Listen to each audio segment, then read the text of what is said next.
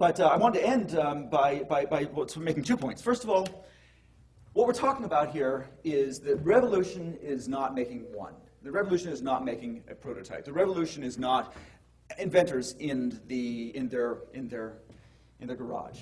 The revolution here is going from one to many.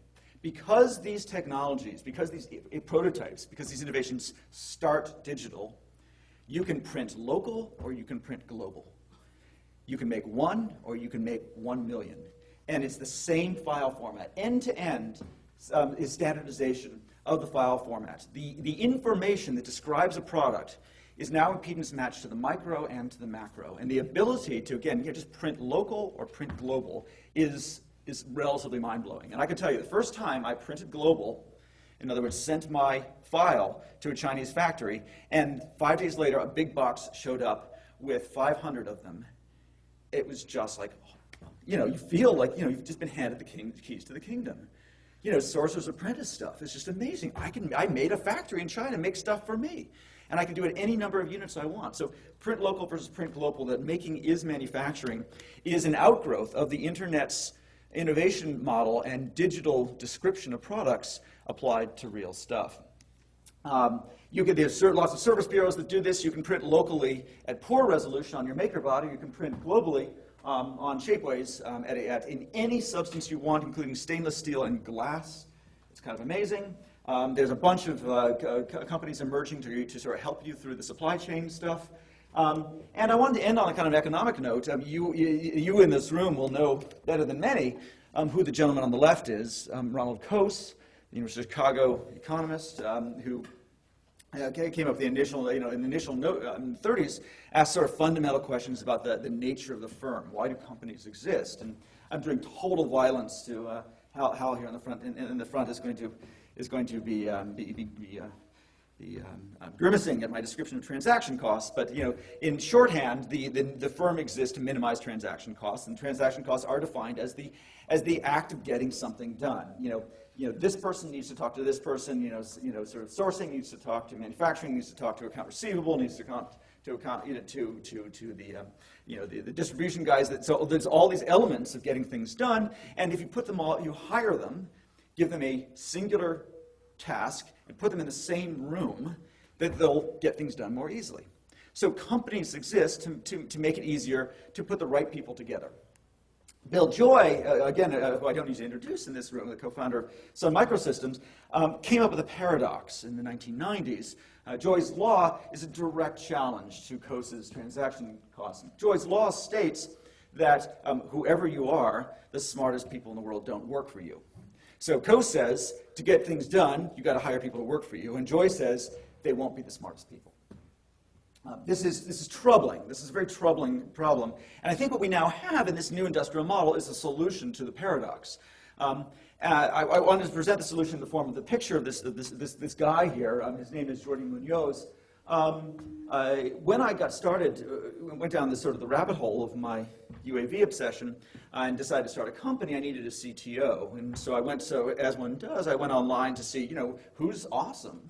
And there was this one guy, Jordi Munoz, who was just head and shoulders above the rest. He was flying helicopters with Wii controllers, and it was just, using the Arduino open source hardware platform, and it was just really, really cool. And so we decided, I reached out to him, he responded, we talked, we did some projects together, and I said, let's start a company.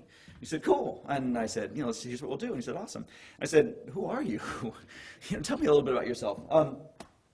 At the time, Jordi was a high school graduate, 19 years old, living in Tijuana. And this is sort of a beautiful thing, right?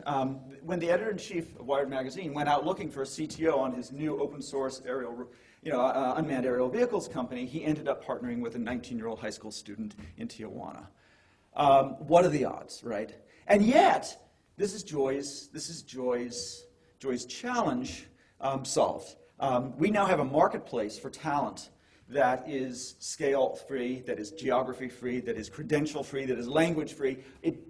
Jordi was the best person in the world, and because the internet offers a place to surface talent and potential and doesn't prejudice against who you are, what language you speak, where you live, what degree you have. We're in Stanford. You guys won the 20th century talent filter process. Geordie didn't win that one. Geordie's never going to get to Stanford. Well, he wasn't going to get to Stanford. We'll see now. Geordie was the talent that was missed by 20th century people filters. 21st century people filters, that is the internet, that is the meritocracy of ideas, found him, elevated him, and brought him to my attention so that when I went looking for a partner, I found him. Today he lives in Los Angeles. We have $1 million business in our second year. He runs a staff of 4. He is going back to college, although correspondence, some online college, because he actually realizes that he's missing some sort of foundational skills in math and physics. But the point is that this open innovation process of the web applied to real things has created an extraordinary ability to break outside of the 20th century corporate model of innovation and development and use the internet's model of open innovation, of open collaboration. We have 10,000 members. We have hundreds of developers. We can create an autopilot system that is from ground station to the air, of sort of, maybe let's say 90% of military standards. We can do it in a year for $0. This is like a 5-year, $10 million thing if it's done by a defense contractor. And by simply using the internet's methods to achieve the same thing, we can get pretty damn close, fast, cheap, and available to all. So we can argue whether or not that's a good thing. We think it is. But what's important is that it's possible. And the lessons of this can be summarized into this simple bumper sticker that atoms are the new bits, that the revolution that the internet created in the digital space is now playing out in the physical space. I believe this is going to be the engine of the 21st century economy. Thank you very much.